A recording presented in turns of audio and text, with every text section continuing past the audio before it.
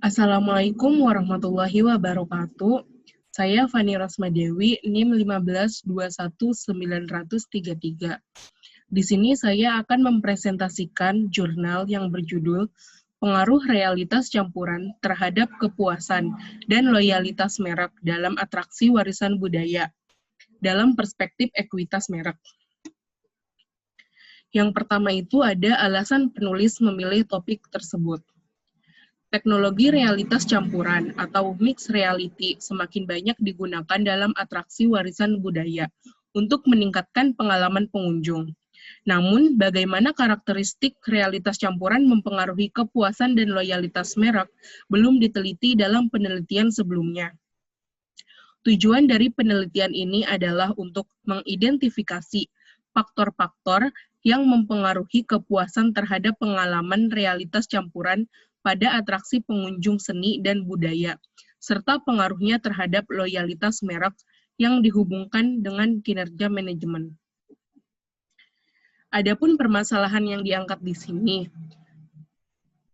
karena 5G memberikan kecepatan data yang sangat tinggi, latensi yang sangat rendah, dan peningkatan yang signifikan dalam persepsi kualitas layanan pengguna.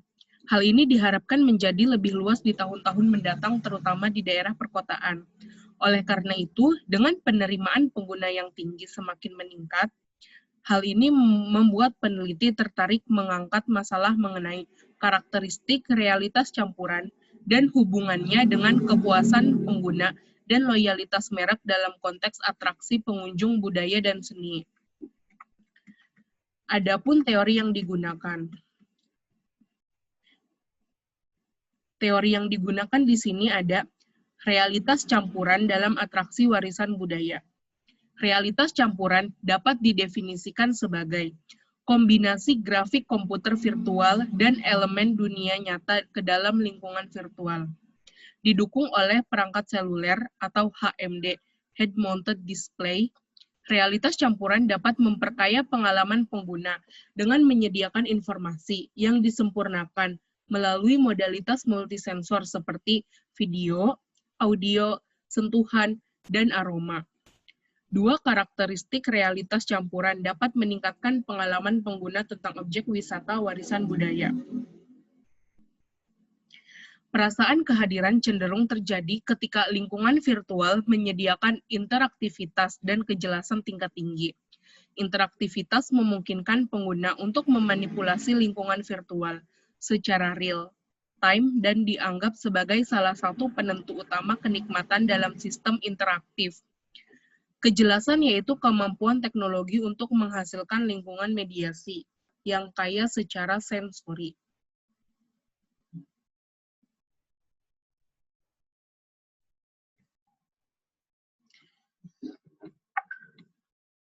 Teori selanjutnya itu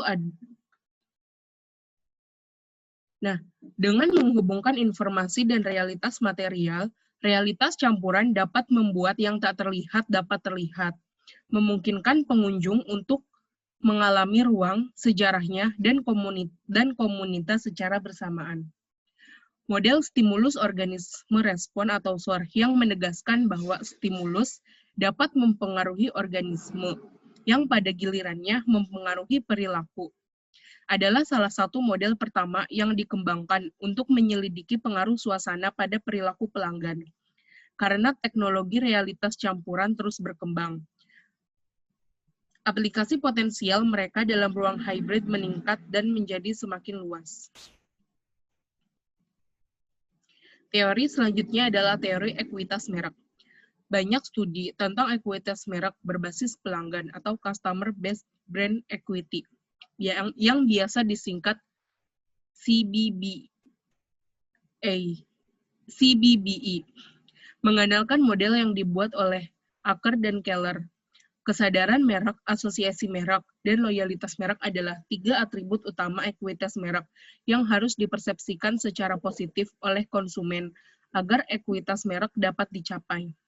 Ekuitas merek umumnya dianggap sebagai konstruksi multidimensi.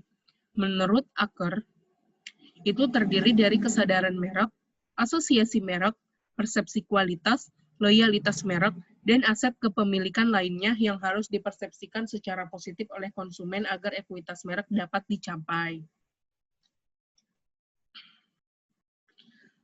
Kesadaran merek memainkan peran penting dalam CBBE, mengacu pada yang pertama itu ada kemampuan konsumen untuk mengingat, mengenali, dan terhubung dengan suatu merek. Bisa melalui nama, merek, logo, simbol, dan lain-lain. Lalu menghubungkannya dengan asosiasi tertentu dalam memori atau kedalaman kesadaran merek. Yang kedua itu ada jangkauan pembelian dan situasi konsumsi, di mana merek muncul dalam pikiran. Luasnya kesadaran merek. Untuk menciptakan ekuitas merek, penting juga bahwa merek tersebut memiliki asosiasi merek yang kuat, disukai, dan unik. Asosiasi merek adalah komponen lain dari ekuitas merek yang terkait dengan ingatan konsumen akan suatu merek, yang memberikan dasar pengambilan keputusan pembelian. Asosiasi merek yang menguntungkan dan unik sangat penting untuk citra merek. Studi empiris telah menunjukkan bahwa semakin tinggi ekuitas merek, semakin besar loyalitas.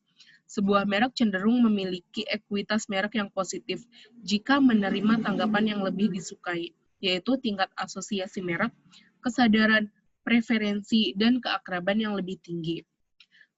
Penelitian menunjukkan bahwa ketika merek museum dievaluasi secara positif, loyalitas pelanggan terhadap museum menjadi lebih besar. Selanjutnya ada hipotesis. Nah, di dalam hipotesis ini ada gambar yang menunjukkan model teoritis yang mewakili karakteristik realitas campuran yang mempengaruhi kepuasan pengunjung melalui persepsi immersion dan kenikmatan yang dirasakan dan hipotesis terkait. Berdasarkan ekuitas merek, kami juga mengandaikan bahwa karakteristik realitas campuran mempengaruhi kesadaran merek, dan pada gilirannya kesadaran merek mempengaruhi asosiasi merek dan loyalitas merek. Jadi berdasarkan gambar ini, ada dua, yaitu ada interactivity dan vividness. Interactivity ini mempengaruhi perceived immersion dan perceived enjoyment dan juga brand awareness. Lalu, perceived immersion ini mempengaruhi stratification dan brand association. Nah, dari vividness ini, dia mempengaruhi perceived immersion juga, perceived enjoyment juga, dan brand awareness juga. Jadi, interactivity dan vividness itu sama-sama mempengaruhi perceived immersion, perceived enjoyment, dan brand awareness. Lalu dari brand awareness ini muncul brand association, lalu ada loyalitas terhadap brand, dan menjadi satisfaction. Nah, hipotesis di sini ada interactivity, perceived immersion, perceived enjoyment, and brand awareness. Jadi di gambar tadi itu kan ada H1. H1 itu dari interactivity ke perceived immersion. Itu tuh interaktivitas realitas campuran akan berdampak positif pada pencelupan yang dirasakan. Pencelupan yang dirasakan itu yaitu tadi perceived immersion.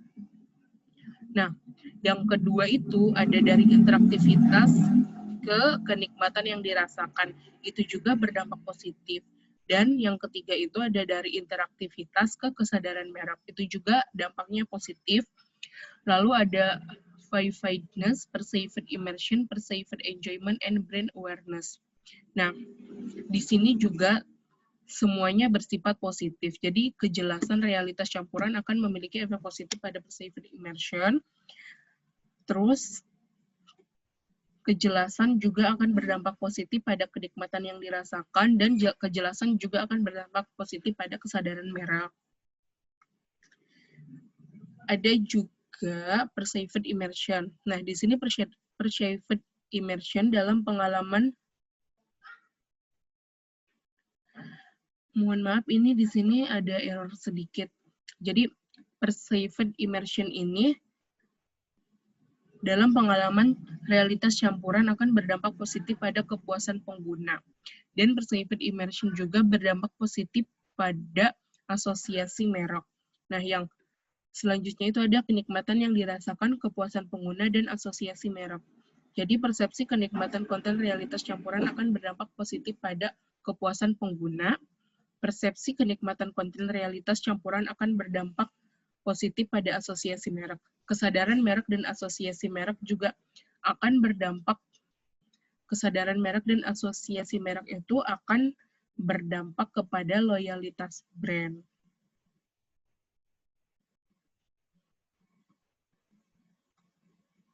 Nih, jadi brand awareness, brand berdampak positif pada brand association, dan berdampak positif juga pada loyalitas brand. Nah, ya jadi semuanya itu memiliki hubungan yang positif. Selanjutnya itu ada metode penelitian.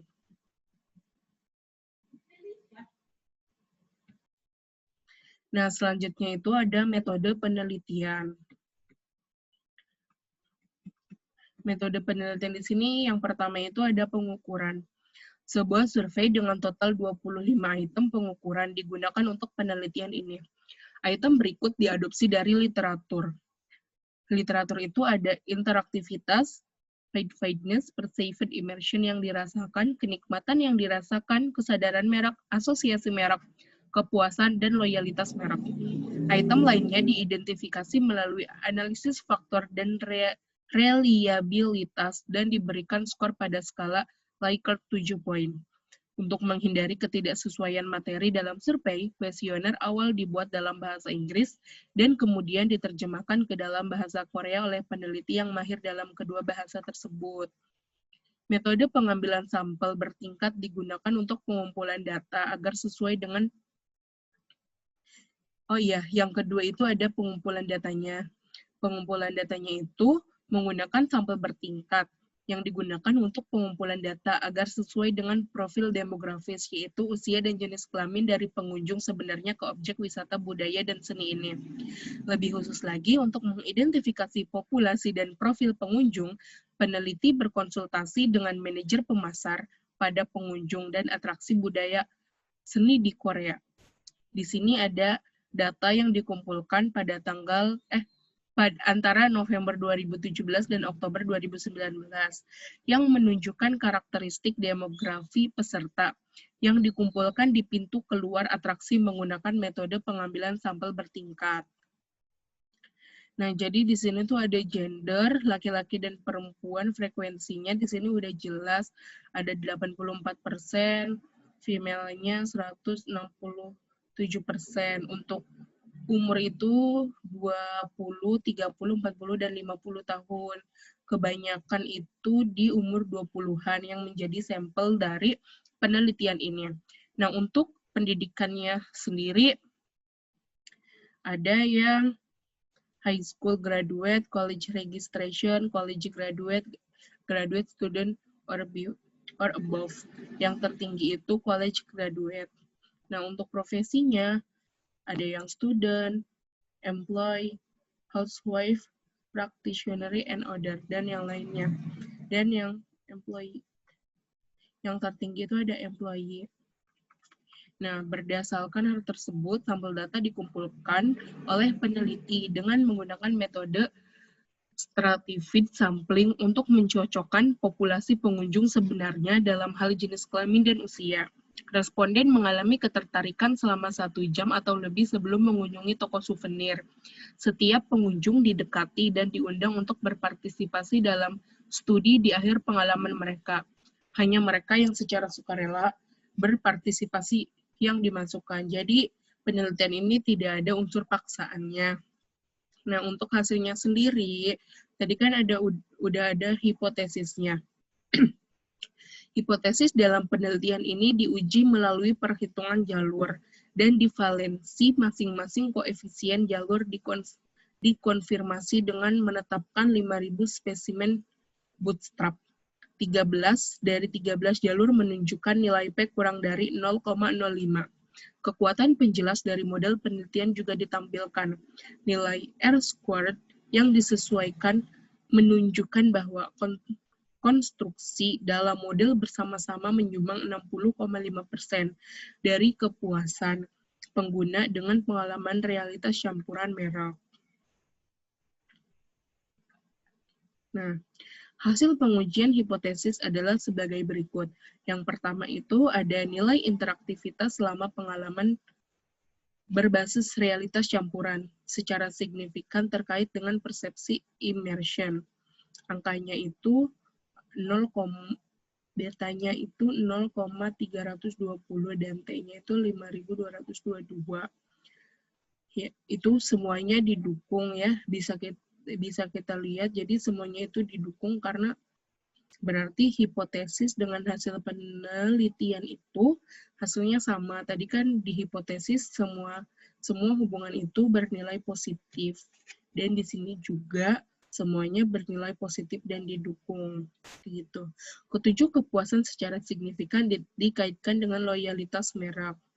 Artinya kepuasan terhadap pengalaman mixed reality berpengaruh positif terhadap loyalitas merek.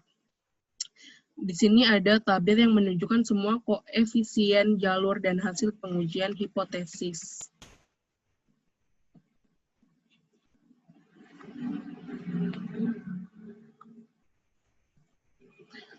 Penemuan menunjukkan bahwa kepuasan berpengaruh positif terhadap loyalitas merek dan konsisten dengan penelitian terkait kepuasan.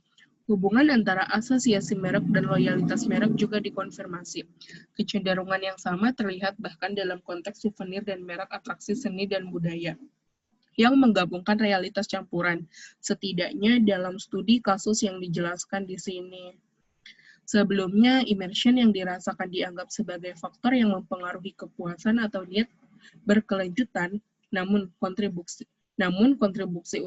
kontribusi unik studi ini adalah untuk menunjukkan pengaruh persepsi immersion pada asosiasi merek dalam konteks realitas campuran. Pengaruh ini menunjukkan bahwa perceived immersion adalah faktor kunci dalam mempertahankan pengalaman dan mempengaruhi kepuasan bagi mereka yang bertanggung jawab mengembangkan pengalaman realitas campuran.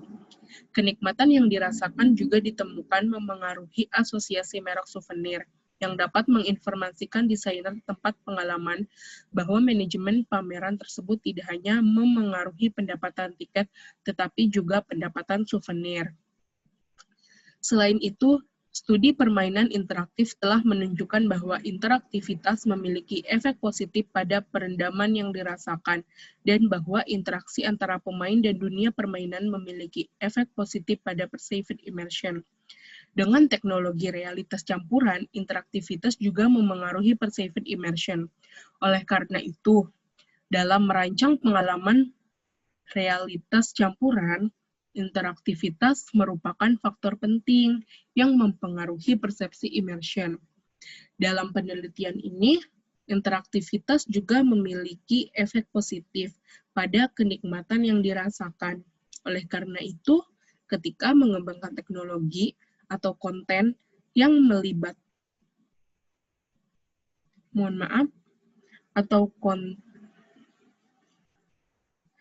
teknologi yang melibatkan realitas campuran, interaktivitas harus terintegrasi dengan baik untuk memengaruhi kenikmatan yang dirasakan secara positif. Hasil penelitian ini juga menunjukkan bahwa interaktivitas berpengaruh positif terhadap kesadaran merek. Untuk studi selanjutnya tentang pembelian souvenir di bidang pariwisata perlu dirancang model penelitian yang mempertimbangkan brand awareness. Nah, mirip dengan penelitian sebelumnya, kami menemukan bahwa kejelasan mempengaruhi persepsi immersion dan kenikmatan yang dirasakan. Perceived immersion secara positif dipengaruhi oleh kejelasan dalam studi teknologi AR di e-commerce dan efek pembelajaran di dunia game virtual. Hubungan yang sama dikonfirmasi dalam penelitian kami tentang pengalaman pengunjung teknologi realitas campuran. Penelitian ini merupakan yang pertama mengusulkan model penelitian yang meliputi vividness of experience content di tempat wisata dan pengaruhnya terhadap brand awareness. Secara keseluruhan, temuan Ini menunjukkan bahwa kejelasan merupakan faktor penting untuk pencelupan yang dirasakan.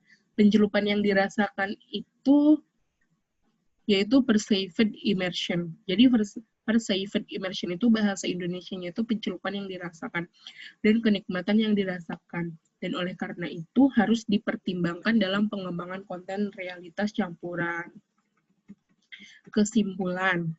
Nah, jadi interaktivitas dan vividness tidak hanya mempengaruhi persepsi immersion dan kenikmatan yang dirasakan, tetapi juga secara positif mempengaruhi kesadaran merek, asosiasi merek, dan loyalitas merek. Jadi di sini sudah terbukti bahwa interaktivitas dan kejelasan ini berpengaruh positif terhadap kenikmatan yang dirasakan, tetapi bukan hanya pada kenikmatan, melainkan pada kesadaran merek, asosiasi merek, dan loyalitas merek sendiri. Jadi interaktivitas dan kejelasan pada fitur mixed reality ini penting untuk diperhatikan oleh pemilik wisata budaya untuk meningkatkan pendapatan mereka dan kesadaran merek serta loyalitas merek pengunjung kepada tempat wisata tersebut. Nah, studi ini memiliki beberapa implikasi praktis menarik yang dapat ditarik dari temuan-temuan tersebut. Yang pertama itu pentingnya pencelupan dan kenikmatan konten realitas campuran ditekankan dalam studi ini, yang berguna bagi kurator dan pengembang atraksi budaya dan seni. Nah, jadi hasil penelitian ini itu bermanfaat bagi kurator dan pengembang atraksi budaya dan seni. Nah, yang kedua itu, temuan kami terkait dengan faktor-faktor yang memengaruhi kesadaran merek, asosiasi merek, dan ekuitas merek dapat membantu manajer atraksi budaya dan artistik untuk mengembangkan dan membuat konten realitas campuran yang terkait erat dengan ekuitas merek. Hal ini menunjukkan bahwa meningkatnya pengalaman pengunjung menggunakan teknologi baru dan inovatif seperti realitas campuran dapat menghasilkan hasil yang positif, seperti peningkatan jumlah pengunjung sehingga berkontribusi pada aspek ekonomi keberlanjutan, yang terutama penting bagi kurator untuk mengembangkan konten realitas campuran yang sesuai untuk meningkatkan kesadaran merek, asosiasi merek, dan loyalitas merek, serta pembelian souvenir. Nah, jadi hasil penelitian ini juga berguna bagi manajer dari atraksi budaya atau tempat wisata budaya, di mana mereka tuh bisa mengembangkan fitur mixed reality sendiri untuk menarik pengunjungnya datang ke tempat wisata yang mereka kelola, kayak gitu. Dan itu tuh sudah terbukti bahwa dapat dapat berpengaruh secara positif dan meningkatkan aspek ekonomi, meningkatkan pendapatan bukan hanya dari jumlah pengunjungnya tapi kepada pembelian souvenirnya juga, kayak gitu. Terus, nah ini yang terakhir itu, saat membuat konten, praktisi dapat mempertimbangkan karakteristik realitas campuran yang disorot dalam studi ini untuk menciptakan pengalaman pengunjung yang imersif. Studi ini menunjukkan bahwa persepsi pencelupan dan kenikmatan yang dirasakan sangat mempengaruhi kepuasan. Oleh karena itu, praktisi harus fokus pada pembuatan konten realitas campuran yang memberikan pengalaman imersif dan menyenangkan untuk kontribusi pada keberlanjutan keseluruhan, daya tarik pengunjung budaya dan artistik. Meskipun konten realitas campuran sedang dikembangkan, namun tidak sering digunakan dalam praktik. L'Atelier adalah salah satu dari sedikit contoh dunia nyata di mana teknologi modern seperti itu telah diintegrasikan ke dalam daya tarik pengunjung budaya dan artistik. Jadi, L'Atelier itu salah satu tempat wisata budaya dan sejarah yang ada di Korea. Nah, tempat wisata ini tuh sudah menggunakan teknologi mixed reality, di mana mereka tuh menggabungkan dunia virtual dan dunia nyata. Jadi si pengunjung itu selain diajak untuk melihat